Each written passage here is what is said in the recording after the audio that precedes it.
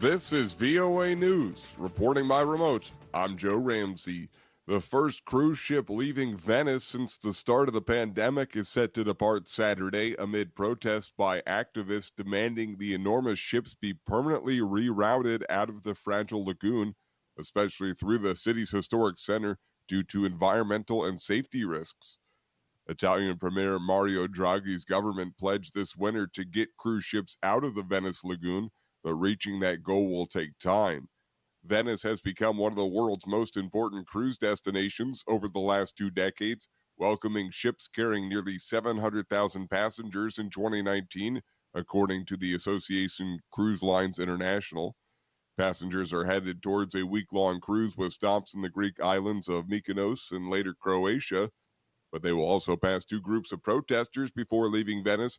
Pro-cruise advocates whose jobs depend on the industry, as well as protesters belonging to a movement called No Big Ships, who have been campaigning for years to get cruise ships out of the lagoon. The United States, Britain, and other leading nations reached a landmark deal on Saturday to pursue higher global taxation on multinational businesses such as Google, Apple, and Amazon, in a move that could raise hundreds of billions of dollars to help them cope with the aftermath of COVID-19. The Group of Seven, or G7, large advanced economies agreed to back a minimum global corporate rate of at least 15% and for companies to pay more tax in the markets where they sell goods and services. U.S. Treasury Secretary Janet Yellen says the, quote, significant unprecedented commitment would end what she called a race to the bottom on global taxation. The measures will first need to find broader agreement at a meeting of the G20 next month. This is VOA News. Burkina Faso's government said Saturday armed assailants killed around 100 civilians in an overnight attack on a village in the northern part of the country. The attackers struck during the night on Friday, killing residents in a village near the border with Niger. They also burned homes and a market, according to the government, who described the attackers as terrorists, but no one group claimed responsibility. Attacks by jihadists linked to al-Qaeda and the Islamic State in West Africa's Sahel region have risen sharply since the start of the year, particularly in Burkina Faso, Mali, and Niger, with civilians bearing the brunt. The government declared a 72-hour period of mourning. India's government Saturday warned Twitter to immediately comply with the country's new social media regulations, which critics say give the government more power to police online content. Twitter is involved in a tense battle with the Indian government, which is often asked to restrict content, alleging Prime Minister Narendra Modi's government is trying to silence criticism, including of its handling of the coronavirus pandemic.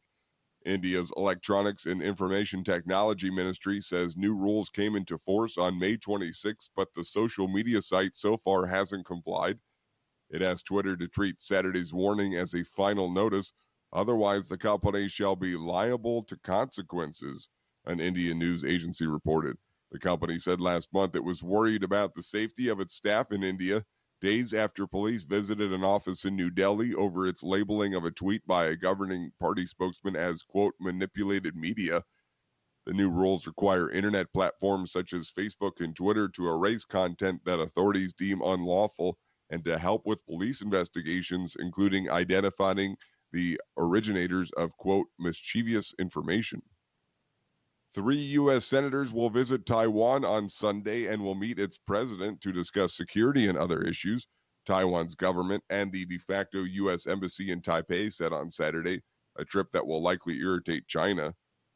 The United States, like most countries, has no formal diplomatic ties with the island that is claimed by China, but it's its most important international backer and supplier of arms. Senators Tammy Duckworth, Dan Sullivan, and Christopher Coons will visit the island on Sunday as part of a larger trip to the Indo-Pacific region, the American Institute in Taiwan said.